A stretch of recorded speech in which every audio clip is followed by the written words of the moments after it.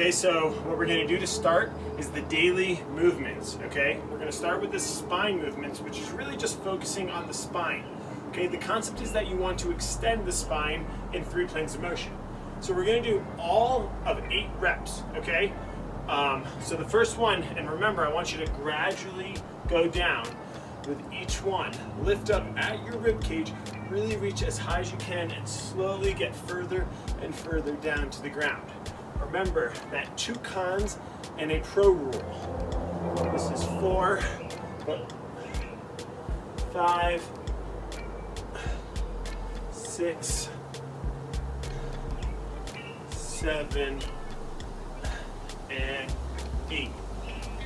Then we're going to do the second plane of motion, which is side to side. So you're still reaching up, okay? Don't crunch over to the side.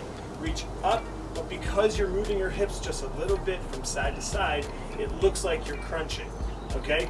Feel that nice stretch on the side. That's 2, 2, 3, 3, 4, 4, 5,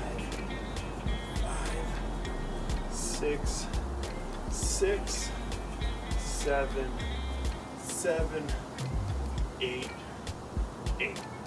Great job. Now we've got the rotation. For the rotation, it's really important that you keep the foot you are rotating towards firmly on the ground and facing forward.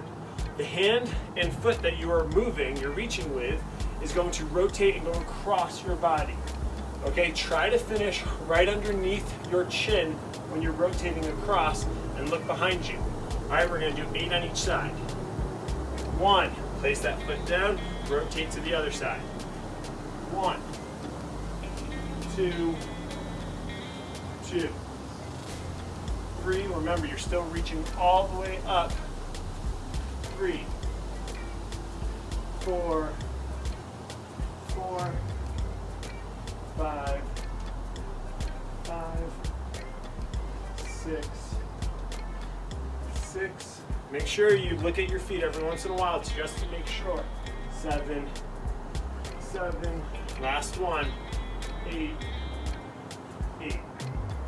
Great job. Now those are the spine movements, working the spine, but we're also getting a lot of our arms involved as well to move in 3 planes of motion. Now we're going to move the legs. Leg movements in 3 planes of motion. Concept is to get your ankle, knee, and hip to all move together in those 3 planes of motion. So that first one, remember, you're going to gradually go forward and back. Reach further and further gradually, okay? Don't worry about your hands for now. You can have them by your side or just nice and free. But the most important thing to remember is that you are counterbalancing from your upper body. Here's the side view to see. Okay, so now I'm going to do it with you. We're going to start together. 1, 2, 3. Counterbalancing with your upper body. 4, 5, 6, 7, 8. Good. Go ahead and switch. Ready, set, go. 1, 2. Here's the side view so you can see it. 3, 4, 5, 6. Notice how I'm reaching further and further. 7, 8. Great job. Now we've got the second plane of motion, side to side. Think about there being a line going straight through from your hips to your heel. Okay, you're breaking that plane from one side to the other. Never lock your knee out. Keep it slightly bent. Shoulders are counterbalancing. Ready? Let's do it together. 1, 2,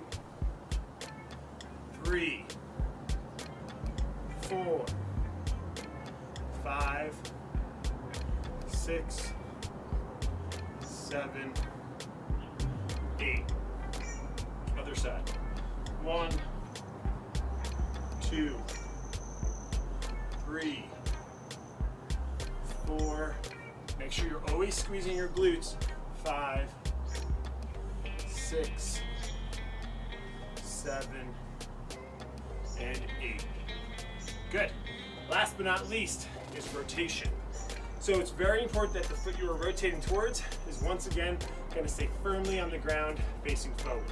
You're gonna create a T as you rotate forward with that other foot, okay, at the very top of the toe.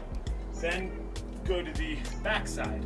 Now, I want you to get good control from one to another, all from the standing leg hip.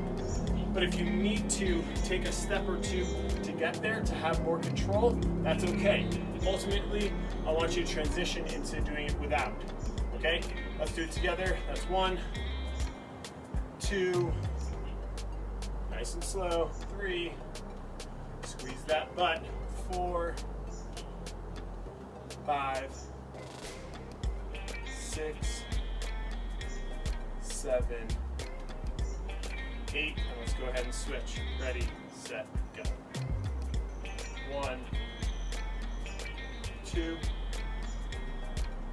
3, remember, don't use momentum. 4, 5, control through the movement. 6, 7, 8. Good.